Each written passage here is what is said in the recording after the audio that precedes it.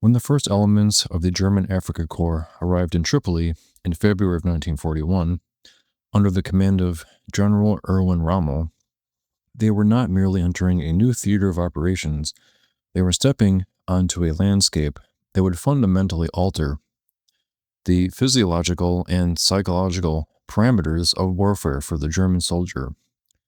This intervention, codenamed Operation Sonnenblume or Sunflower, was intended as a blocking force to prevent the total collapse of the Italian 10th Army, which had been ravaged by the British Western Desert Force.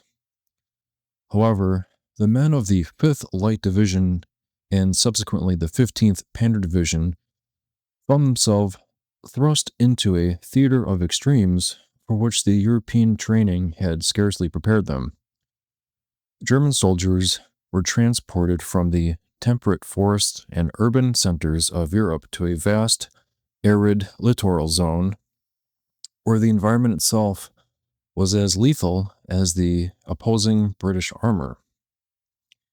The North African theater was defined by a unique interplay of geography and logistics that dictated the daily life of every soldier. The war was fought primarily along a narrow coastal strip, flanked by the Mediterranean Sea to the north and the impassable Qattara Depression and the Great Sand Sea to the south.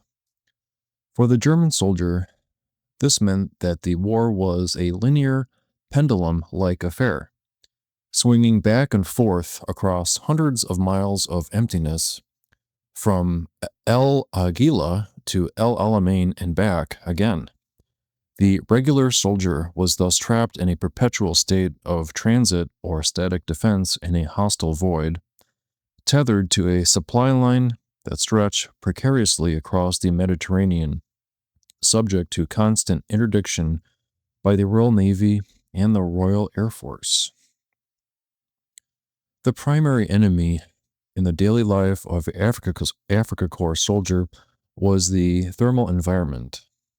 In the summer months, particularly from May to September, the ambient air temperature in the western desert frequently exceeded 40 degrees Celsius or 104 degrees Fahrenheit, with ground temperatures soaring significantly higher due to the absorption of solar radiation from the rocky hardpan sand. This heat was not merely uncomfortable, it was operationally debilitating. The psychological strain on the human body was immense, leading to rapid dehydration and heat exhaustion. For the crews of the Panzerwaffe or armored force, this thermal assault was magnified by the steel hulls of their vehicles. The interior of a Sill Panzer became an oven. Reports indicate that internal temperatures could reach between 113 and 140 degrees Fahrenheit during combat operations. At these temperatures, the metal surfaces of the tank became dangerous to touch with bare skin. The German engineering that had produced the finest tanks in the world had not at this stage accounted for tropical warfare. Unlike modern armored fighting vehicles equipped with climate control, the panzers of the Afrika Korps relied on basic ventilation systems. These fans, driven by the engines, did little to cool the air. Instead, they often circulated superheated, dust-laden air through the crew compartment, mixing it with the noxious fumes of propellant gas from the main gun and the smell of hot oil and body odor. The glazed look of tank crews emerging from their vehicles after battle was a common sight, a symptom of extreme thermal stress that dulled cognitive function and reaction times. Contrasting sharply with the daytime furnace was the bitter cold of the desert night. The arid atmosphere, lacking humidity to retain heat, allowed temperatures to plummet as soon as the sun set. During the winter campaign of 1941 to 1942, particularly during the fighting around Crusader and the retreat from Krinasia, Overnight temperatures often dropped to near freezing. The German soldier, initially issued with tropical cotton uniforms designed for ventilation, found himself woefully under-equipped for the bitter cold. This environmental reality forced a pragmatic adaptation of uniform regulations. The iconic image of the Afrika Korps soldier, clad in bleached shorts and a pith helmet, is only half the story. To survive the nights, German troops became scavengers. They captured British wool sweaters and greatcoats, which were far superior to their own tropical issue for heat retention. They also wore Italian Saharina jackets and ground sheets. A unit on parade might display a chaotic mix of German field gray, Italian desert camouflage, and British khaki wool, unified only by the national insignia and the layer of dust that coated everyone equally. Beyond the temperature, the atmosphere itself was periodically weaponized by the weather phenomenon known as the Gibli. These were violent, hot southerly winds that swept up from the Sahara, carrying millions of tons of sand and dust. The Gibli could raise the ambient temperature by 10 to 15 degrees in a matter of hours while reducing visibility to absolute zero. For the soldier, the sandstorm was a comprehensive assault on the senses. The dust was omnipresent. It infiltrated every layer of clothing, clogged the pores of the skin, and gritted between the teeth. It found its way into sealed food containers and water cans. Militarily, the Gibli imposed a total paralysis. Aerial reconnaissance became impossible, and ground movement stopped as landmarks vanished in the brown haze. Soldiers were forced to huddle in their foxholes or buttoned-up tanks, sometimes for days, listening to the sand blast against the metal and canvas, wrapped in scarves and goggles to protect their eyes and lungs. In the desert, water was life. The strategic movements of Rommel's panzer army were often dictated by the location of coastal wells and cisterns, yet these local sources were frequently saline-fouled by dead animals or booby-trapped by retreating British engineers. Consequently, the vast majority of potable water had to be transported from the rear, moved via ship to Tripoli or Benghazi, and then trucked hundreds of miles to the front. The official daily water ration was set at approximately 4.5 liters per man. This allocation was intended to cover drinking, cooking, personal hygiene, and, crucially, the topping up of vehicle radiators. In reality, during periods of intense combat or when the RAF successfully interdicted supply columns, the ration would drop to less than 2 liters per day.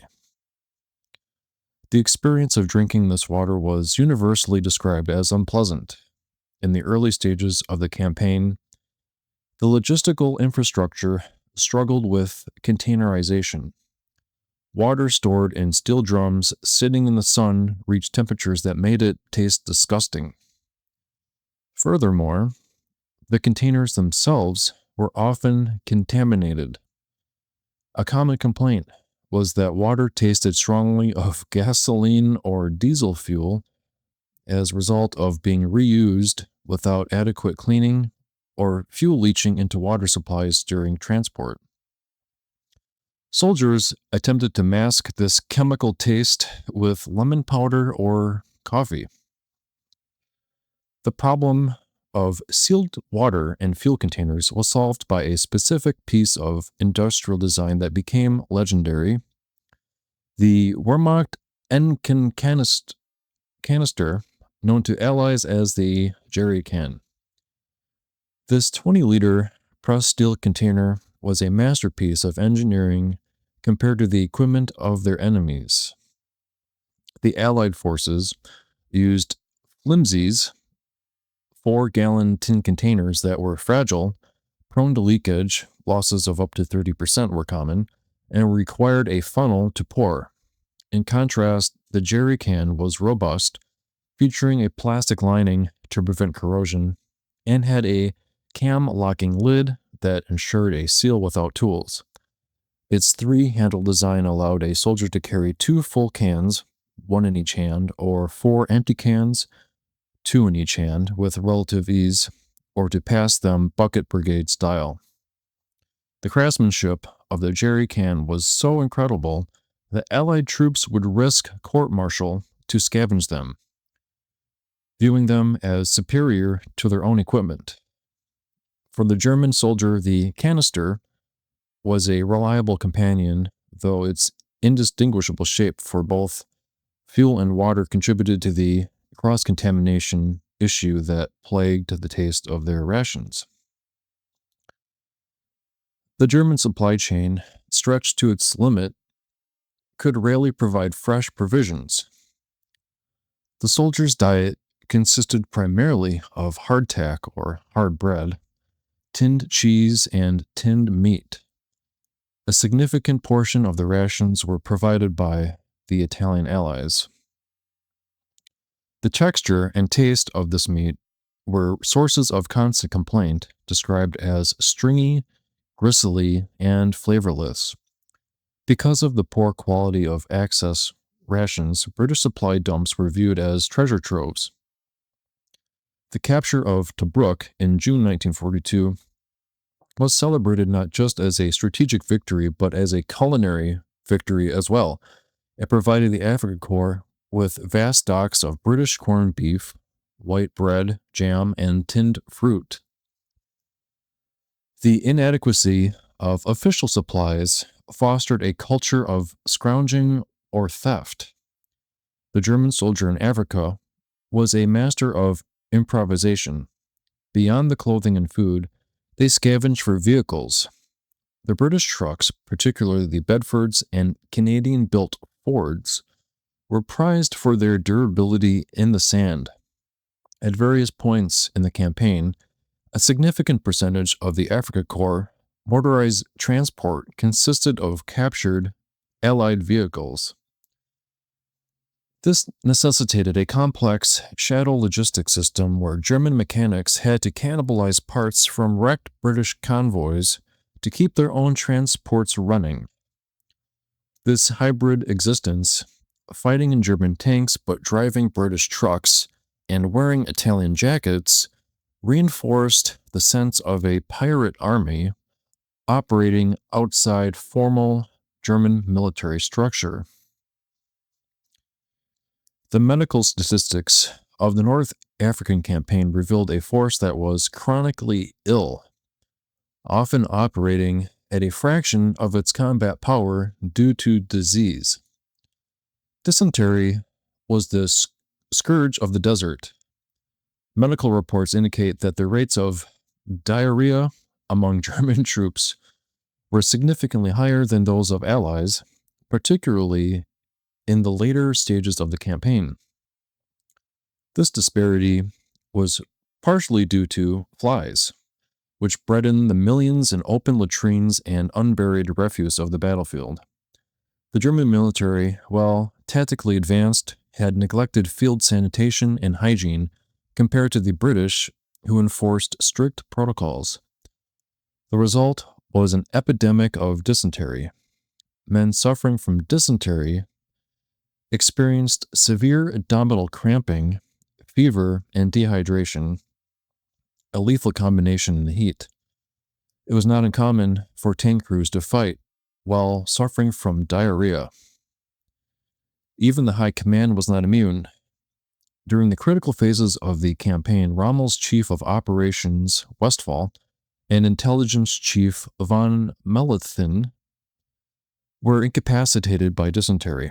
Rommel himself was frequently plagued by intestinal, nasal, and circulatory ailments, leading to his evacuation to Germany for medical treatment at crucial moments, such as immediately prior to the Second Battle of El Alamein. Another prevalent affliction was diphtheria. In the arid, dusty environments, small scratches, insect bites, or abrasions were common occurrences when working with machinery would become infected. Instead of healing, these minor wounds formed painful, crusty lesions that could persist for months. The lack of water for regular washing meant that bacteria flourished on the skin of the soldiers. These sores were often located on the hands and legs, interfering with the soldiers' ability to handle weapons or march. In 1942, a wave of viral hepatitis A swept through the Afrika Korps. Transmitted through the fecal-oral route facilitated by the flies and shared water sources, jaundice turned the skin and eyes of the soldiers yellow. The manpower shortage was so acute that men who would have been hospitalized in any other theater were kept on the line. These yellow troops, gaunt and exhausted, manned anti-tank guns and drove trucks while suffering from liver inflammation and profound fatigue. The cumulative effect of heat, disease, thirst, and constant danger produced a psychological condition known as desert weariness. Unlike the shell shock of World War I, which was often linked to artillery concussions, desert weariness was a slow erosion of the will. The immense, empty horizons produced a sense of isolation. Soldiers felt cut off from the world, fighting on a different planet. The lack of sensory variety, just sun, sand, and rock, led to depression and lethargy. The feeling of being forgotten by the high command in Berlin, who viewed Africa as a secondary theater compared to Russia, exacerbated this sense of futility. For the tank crews, combat was a high-speed, high-stakes duel fought at ranges that could exceed 2,000 meters. German optics were superior to those of the British, allowing panzers to engage targets at long range. However, the experience inside the tank was hellish. As a main gun fired, the breech would recoil into the fighting compartment, ejecting a spent shell and a cloud of propellant gas.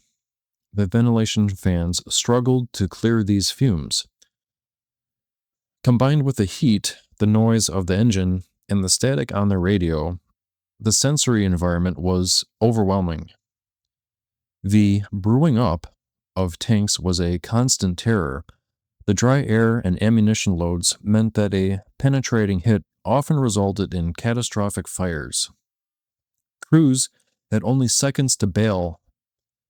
Survivors described the thump of an impact, followed immediately by the roar of flame. This led to tankers' nerves, a hypervigilance where crews would bail out of the tank at the slightest metallic clang, fearing incineration. For the infantry, the desert offered a different set of horrors. The primary defensive measure, the foxhole, was almost impossible to construct. In many areas of the western desert, the ground consisted of a thin layer of sand over solid limestone. Entrenching tools were almost useless. Soldiers were forced to use explosives to blast holes in the rock, or more commonly to build sangars, low walls of piled stones. While sangars offer protection from small arms fire, they were deadly when hit by artillery. A shell impact on a stone wall turned the rocks themselves into shrapnel, multiplying the lethality of the explosion. The German infantryman lived in these makeshift foxholes, exposed to the sun by day and the cold by night, constantly under the threat of British artillery and air power. By late 1941 and by 1942, the Luftwaffe had lost air superiority to the RAF and the Southern African Air Force. The German soldier was constantly harassed from the air. Convoys were strafed by hurricanes and kitty hawks. Rear areas were bombed by Wellingtons. The psychological impact of air inferiority was profound. The bomber's moon, a full moon that illuminated the desert floor, was dreaded, as it meant night raids were inevitable. Amidst the misery, a unique cultural phenomenon united German troops. The song Lily Marleen, originally a poem from World War I, it was recorded by Lael Anderson in 1938, but remained obscure until the German military radio station in occupied Belgrade began broadcasting it. The powerful transmitter was enough to reach North Africa. Every night at exactly 9:57 p.m., the station played the song as its sign-off. The song, with its melancholy melody and lyrics about a soldier saying goodbye to his girl under a lantern, resonated deeply with the isolated men. It became a ritual. For 3 minutes, the war seemed to pause. Crucially, the song transmitted to the front lines. British soldiers of the 8th Army also turned into Radio Belgrade, and the song became a shared anthem of the Desert War, leading to English versions and a strange, remote camaraderie between the opposing armies who shared the same longing for home. When not on the front line, the German soldier engaged in small acts of escapism. The card game Skat was the universal pastime. A 32-card Skat deck was a standard item in a soldier's kit, played in the shade of trucks or by the light of a lantern in a bunker. Gambling for cigarettes or the worthless military scrip was common. Trench art also flourished. The desert was littered with the debris of war, aluminum from downed aircraft, brass shell casings, and copper wire. Soldiers with downtime fashioned these into rings, lighters, and model planes. A popular modification was to decorate belt buckles or webbing with badges taken from enemies or allies, creating a visual record of their service. The morale of the Afrika Korps was linked to the persona of Erwin Rommel. Unlike many German generals who commanded from the rear, Rommel led from the front, often directing battles from his command vehicle or even directing traffic personally. He ate the same rations as his men and slept in the same conditions.